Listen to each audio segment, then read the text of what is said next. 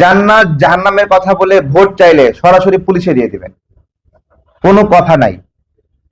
আল্লাহ জান্নাত এবং জাহান্নামে কে যাবে সেটা ঠিক করবেন। এমনকি সারা জীবন আমল করছে, একটা বেদবির কারণে আল্লাহ তাকে জাহান্নামে দিতে পারেন। আবার সারা জীবন ভালো কাজ করছে, খারাপ কাজ করছে, একটা ভালো কাজের জন্য, মায়ের সেবা বলেন অথবা এমন কোনো কাজ আছে যার জন্য আপনার হলো ইসলামের উপকার হয়েছে, এই জন্য আল্লাহ তাকে জান্নাতে দিতে পারেন।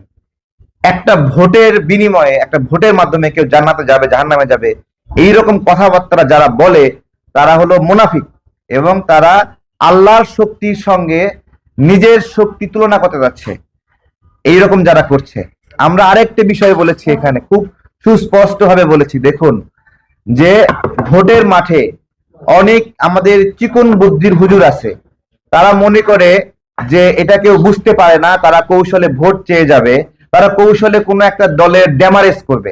আছে না এরকম চিকন বুদ্ধির হুজুর, যারা ওয়াজের মাহফিলকে নির্বাচনের ময়দান হিসেবে ব্যবহার করতে চায়, এমন ভাবে কৌশলে বলবে যে মনে হবে যে এটা সে কোনো দলের বিরুদ্ধে বলেনি, কিন্তু কোন একটা দলের ড্যামারেজ হচ্ছে, তাই না?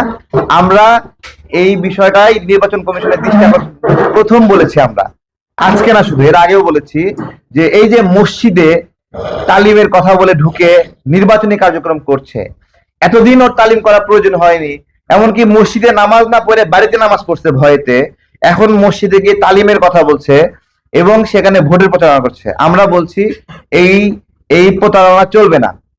ভোটের এই কয়েকদিন, এই যে ফেব্রুয়ারি মাস পর্যন্ত এই কয়েকদিন এই যে রাজনৈতিক দলের তালিম বন্ধ থাকলে ইসলামের আহামরি ক্ষতি হবে না, বরঞ্চ যে রাজনৈতিক দলগুলো যদি মসজিদ কেন্দ্রিক তাদের রাজনৈতিক তালিম চালু করে তাহলে মসজিদে পরিবেশ নষ্ট হবে।